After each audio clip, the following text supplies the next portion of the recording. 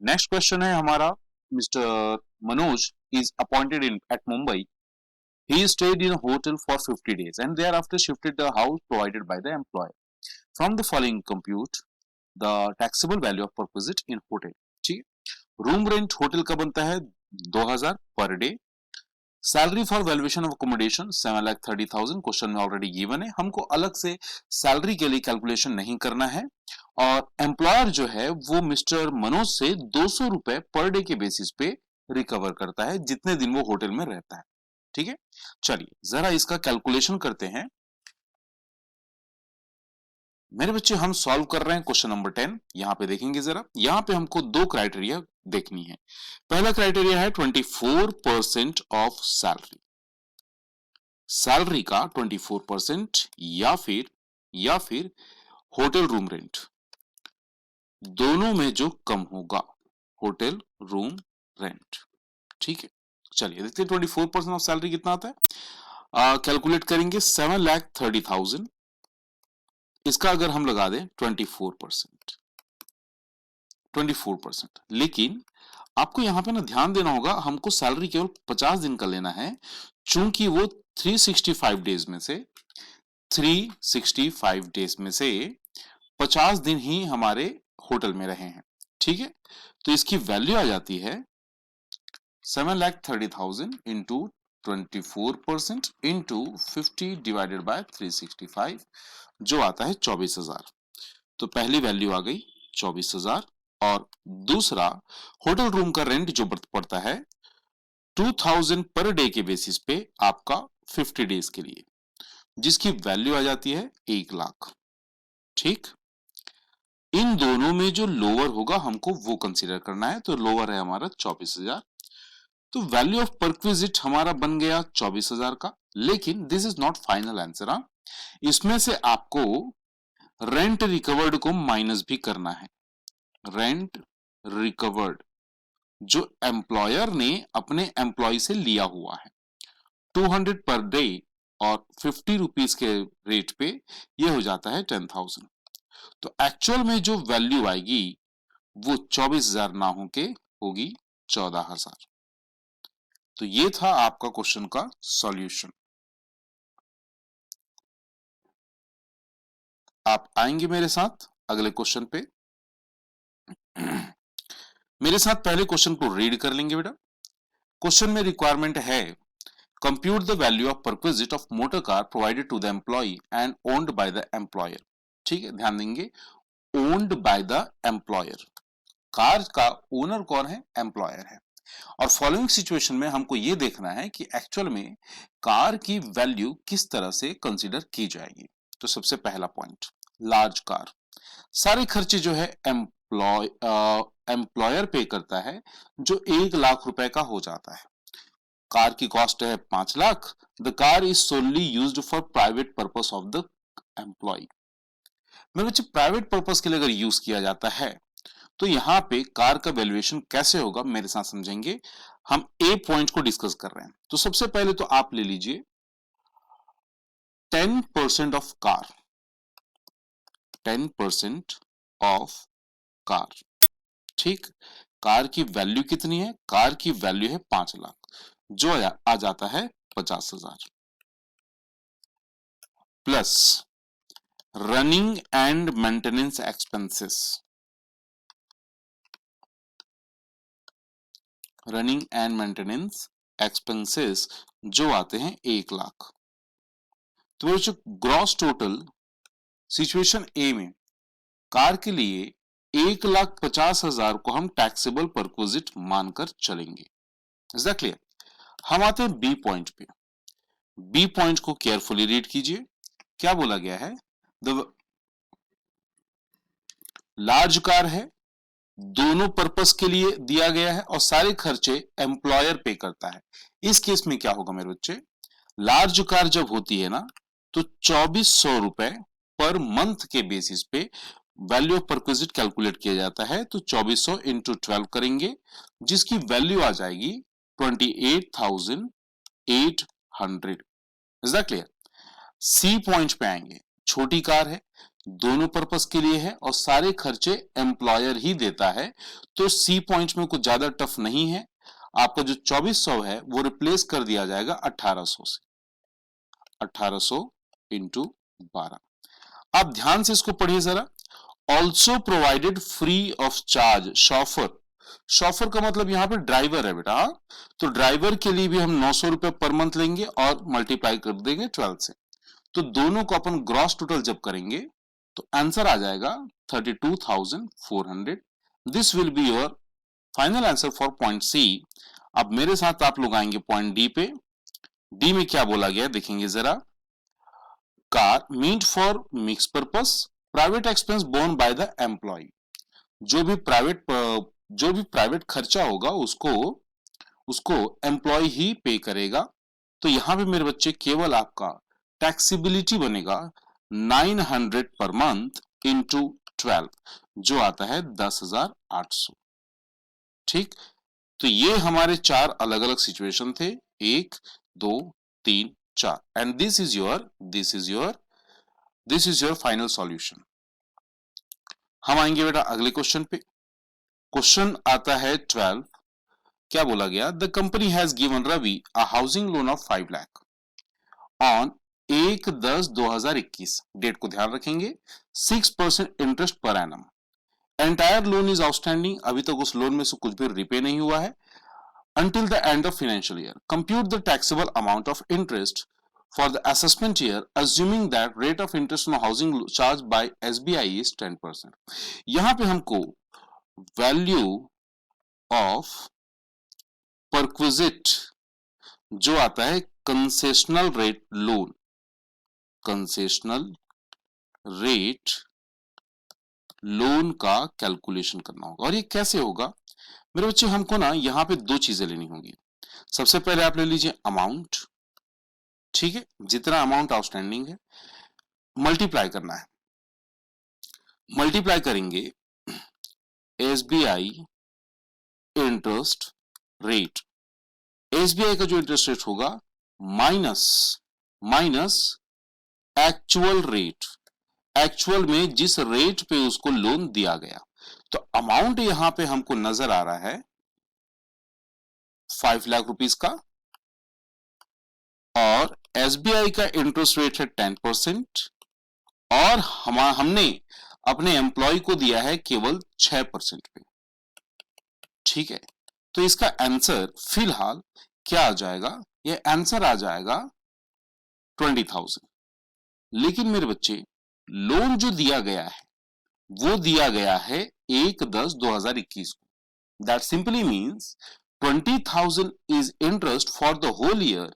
तो half year के लिए जाहिर सी बात है 20,000 इंटू 6/12 या हाफ भी कर सकते हैं, which comes to 10,000। This will be your final answer. ये आपका फाइनल आंसर होगा। Is that clear? चलिए, काफी छोटा सा क्वेश्चन था, आगे चलते हैं, अगले पे आते हैं। क्वेश्चन नंबर 13 पे, mister R is employ getting monthly salary of 40,000 plus D pay, please ध्यान देंगे, D pay of 4,000 per month. She contributed 15% of her salary and dearness pay to provident fund, to which her employer contribute equal amount. मेरे बच्चे यहां पे provident fund बस बोला गया है और कुछ बताया नहीं गया है कि कौन सा कैटेगरी का प्रोविडेंट फंड है। ठीक है, आगे चलते हैं। और कंट्रीब्यूशन होता है कितना? 15%। ठीक है जी, आगे चलते हैं। Interest on the provident fund is determined at the rate of 12%। 12% उस प्रोविडेंट फंड के बैलेंसेस पे उनको इंटरेस्ट मिलता है और 15% कंट्रीब्यूट किया जाता है दोनों के द्वारा, जो 72,000 का हो गया। 12% हो गया 72,000 के हिसाब से, और professional tax 2,000। What is taxable salary if provident fund is recognised and unrecognised? तो हमको ना उनकी टैक्सेबल सैलरी बतानी है। Is that clear?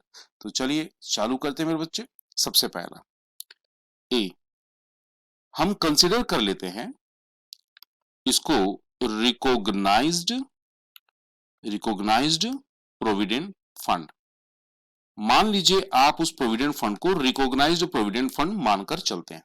उस केस में क्या होगा? तो सबसे पहले आपको तो वहां शो करना पड़ेगा सैलरी, और सैलरी कैसे करेंगे, 40,000 इंटू 12, जो आ जाएगा 4,80,000। Is that clear? सैलरी के बाद आ जाएगा डी पे, जो कि 48,000 आएगा। नाउ अब ध्यान देंगे बेटा, चूंकि ये रिकॉग्नाइज्ड प्रोविडेंट फंड है, तो यहां पे contribution in excess of 12%, in excess of 12% by employer. Employer ने अगर आपकी सैलरी के 12% से ज्यादा कंट्रीब्यूट किए हैं, तो वो हमारे लिए टैक्सेबल हो जाता है। Is that clear? तो इसको कैलकुलेट करेंगे अपना, और इसका कैलकुलेशन कैसे होगा देखेंगे जरा। हमारे पास सैलरी बनती है 48,000 प्लस 4,80,000, जो होता है 5,28,000। 5,28,000 का हमको लगाना है 3%, चूंकि 12% तक तो अलाउड है, 12% तक अलाउड है, लेकिन गिवन है 15%, तो 15% में एक्स्ट्रा हमारा हो जाता है 3%, जिसको हम कैलकुलेट कर रहे हैं। तो कैलकुलेशन करने पे 15,840, this is our excess contribution of made by employer. ठीक है, और वैसे ही हमको इंटरेस्ट को भी कंसीडर करना है। यहां लिखेंगे excess interest on provident fund. मेरे बच्चे, इंटरेस्ट का जो लिमिट होता है वो 9.5% तक होता है, उससे ज्यादा नहीं होता। किस केस में होता है मेरे बच्चे? जब वो प्रोविडेंट फंड रिकॉग्नाइज्ड हो। अगर हमारा प्रोविडेंट फंड रिकॉग्नाइज्ड है, तो वहां बैलेंस पे आपको मैक्सिमम 9.5% तक का ही एग्जम्पशन मिलेगा। अगर उससे ज्यादा इंटरेस्ट मिलता है, तो वो सैलरी हेड में टैक्सेबल हो जाएगा। ठीक है, चलिए जरा चेक करते हैं। बेसिकली हमको इंटरेस्ट मिला है 12% का, और इसका कैलकुलेशन मैं यहां पे कर रहा हूं, देखेंगे जरा। देखेंगे 12% के बेसिस पे आपको मिले हैं 72,000, 12% के बेसिस पे आपको 72,000 मिला हुआ है। तो एक्सेस अगर काउंट करें तो 9.5 को माइनस कर देंगे, और हमारा आ जाएगा 2.5%। 12 में से अगर 9.5 माइनस किया जाए, जो आता है 2.5%। अब इसको मुझे कैलकुलेट करना है। ठीक है बेटा, तो कैसे कैलकुलेट किया जाएगा? मैं करूंगा 72,000 into 2.5 divided by 12, 72,000 into 2.5 divided by 12, तो जो हमारा आंसर आएगा 15,000, और यही 15,000 आपका एक्सेस इंटरेस्ट क्रेडिटेड है ये। अब बस हमको क्या करना है, ग्रॉस टोटल ले लेना है, हमारा आंसर आ जाएगा। चलिए कर लेते हैं। तो 480 प्लस 48 प्लस 15840 प्लस 15,000, ये आ जाता है 558840, 558840। This will B answer. ये सिचुएशन नंबर ए के लिए था। एग्जैक्टली वैसे ही हम सिचुएशन नंबर बी के लिए भी करेंगे। थोड़ा साइड में करेंगे इसको। सिचुएशन नंबर बी में देखेंगे हमको क्या कंसीडर करना है। सिचुएशन नंबर बी में हम इसको अनरिकॉग्नाइज्ड प्रोविडेंट फंड मानकर चलेंगे। मेरे बच्चे, अनरिकॉग्नाइज्ड प्रोविडेंट फंड जब आप कंसीडर करते हैं ना, तो वहां पे किसी भी तरह से आपका जो कंट्रीब्यूशन है, या मैं बोलूं जो इंटरेस्ट का एक्सेस अमाउंट है, वो टैक्सेबल नहीं होता। तो आपका आंसर फिलहाल यहां पे जो आया वही आएगा। मेरे से एक छोटा सा, क्या बोलना चाहिए, मैंने एक स्टेप पहले सॉल्व कर दिया मेरे बच्चे। इसमें हमको डिडक्शन भी मिलेगा, और पहला डिडक्शन होगा एम्प्लॉयमेंट टैक्स का, आप इसको नोट कर लेंगे। फिर अपन सेकंड पॉइंट पे चलेंगे, एम्प्लॉयमेंट टैक्स का जो होता है 2,000 का, एंड स्टैंडर्ड डिडक्शन जो सबको मिलता है वो इनको भी मिलेगा 50,000 का। तो फाइनल आंसर हमारा 506,840। 506840। तो पॉइंट नंबर 1 जहां पे हमने उसको रिकॉग्नाइज्ड प्रोविडेंट फंड माना था, उसके लिए ये आपका फाइनल सॉल्यूशन होगा। अभी आते हैं सेकंड पे। हम बात कर रहे थे अनरिकॉग्नाइज्ड प्रोविडेंट फंड के लिए। मेरे बच्चे इंटरेस्ट और कंट्रीब्यूशन वहां पे हमेशा आपका एग्जम्प्ट होगा, there will be no taxability. तो चलिए कर लेते हैं। सबसे पहले आप मेरे साथ लिखेंगे सैलरी, और सैलरी की वैल्यू है 4,80,000। फिर आता है बेसिक डियरनेस पे, डी पे लिख सकते हैं इसको, जो आता है 48,000। और मेरे बच्चे कंट्रीब्यूशन इन प्रोविडेंट फंड नहीं आएगा, और वैसे ही इंटरेस्ट भी नहीं आएगा। तो आपकी ग्रॉस सैलरी हो जाएगी, ग्रॉस सैलरी 5,28,000। और 5,28,000 आने के बाद आप इसमें डिडक्शन माइनस कर देंगे। सबसे पहला employment tax, professional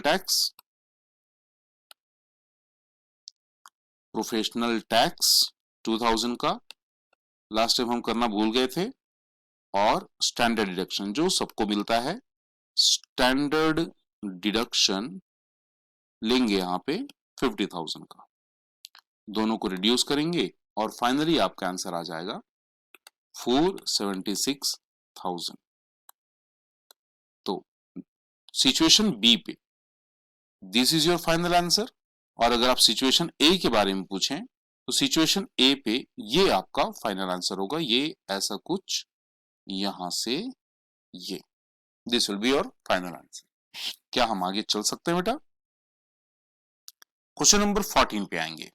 Suresh is government employ, he received salary 50,000 per month, dearness allowance 55,000, entertainment allowance 5,000। Amount deductible from entertainment allowance. मेरे बच्चे जब हम एंटरटेनमेंट अलाउंस के लिए कैलकुलेशन करते हैं तो हमको deduction under just a second, deduction under entertainment allowance, यहां पे हमको 3 क्राइटेरिया दिखना होता है। सबसे पहला actual received, second 20% of salary, 20% of salary, और थर्ड आता है मेरे बच्चे मैक्सिमम 5,000। ठीक, एक्चुअल रिसीव्ड है, क्वेश्चन में गिवन है 5,000 पर मंथ, तो एक्चुअली में उनको 60,000 रुपए मिले हैं। 20% ऑफ सैलरी लेना है तो 50,000 पर मंथ है, तो एनुअल सैलरी कितना हो गया उनका? इट विल बी 6 लाख, और 6 लाख का अगर हम 20% लगाएं जो आता है 1,20,000,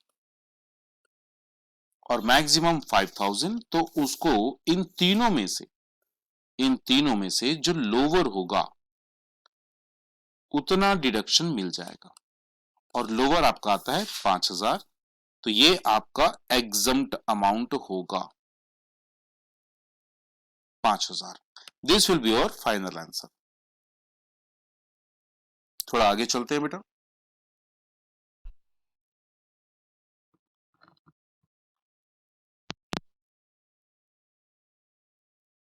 चलिए बेटा अगले क्वेश्चन पे आते हैं।